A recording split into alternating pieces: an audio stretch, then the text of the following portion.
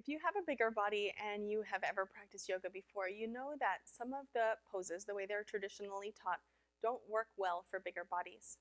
My name is Zelinda. I'm the owner of the yoga room in Round Rock, Texas, and today I'm going to show you 3 common poses that we practice in yoga classes that don't work well for bigger bodies and how to modify to make them work for you. The first pose I want to tell you about is actually not so much a pose and more of a movement. It's moving from downward facing dog to a lunge, which is something that we commonly do in the sun salutation series.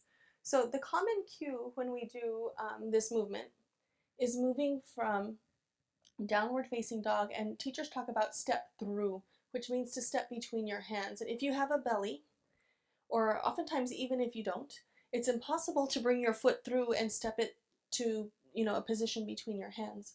So what you can do instead, this is my favorite modification, is just walk your hand in a little bit so that when the teacher cues to step your foot forward, you step it to the outside of the foot. See how I've even come up on my fingertips to create more space and then set the foot down over here.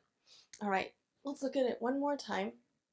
So walk the hand in a little bit, lift the foot up, lift your hip up a bit, even maybe come up onto your fingertips and step your foot forward. Now you're in a lunge.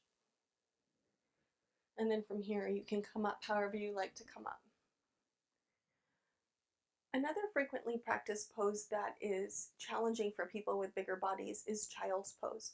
And the way this pose is traditionally taught and practiced is with the knees together and the body reaching forward. So you can see here in my body that my knees are running into my belly. This is really not comfortable at all. The main thing that I feel is belly running into legs rather than any other benefit happening in my body.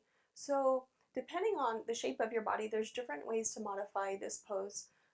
What is pretty universal, tends to work for most people, is taking the knees wider. And you can see also for comfort, I've put a folded blanket under my knees. So the big toes are going to be really close to each other, maybe even touching. The knees can be wider. And then you can start to walk forward. You can see, probably that this looks a whole lot more easeful. Depending on the size of your chest and flexibility in your back, this right here might be a comfortable version of the pose for you. So propped up on forearms, head lifted, spine lengthened.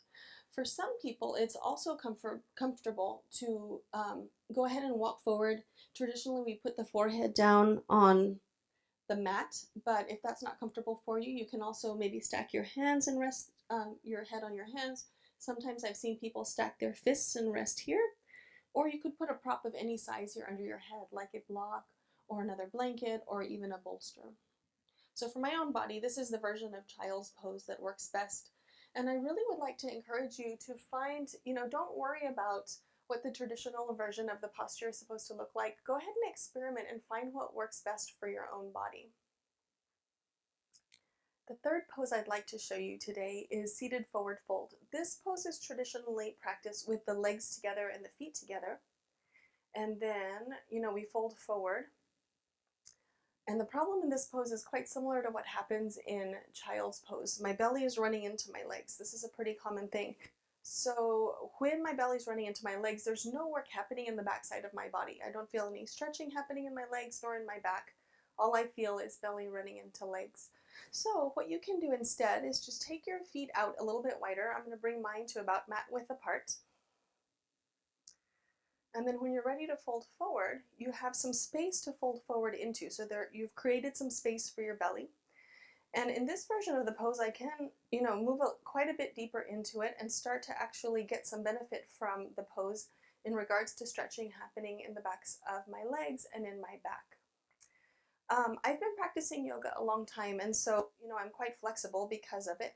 But if you're a person who has not been practicing very long or a person who is less flexible, you also can modify this pose by putting a folded blanket or another small prop under you, and that will lift your hips up and, just make this pose more comfortable as you get started.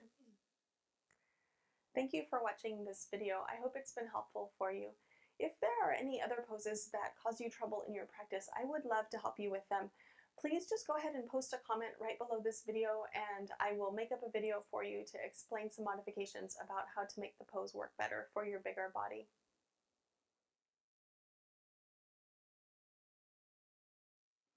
I always said it at the beginning.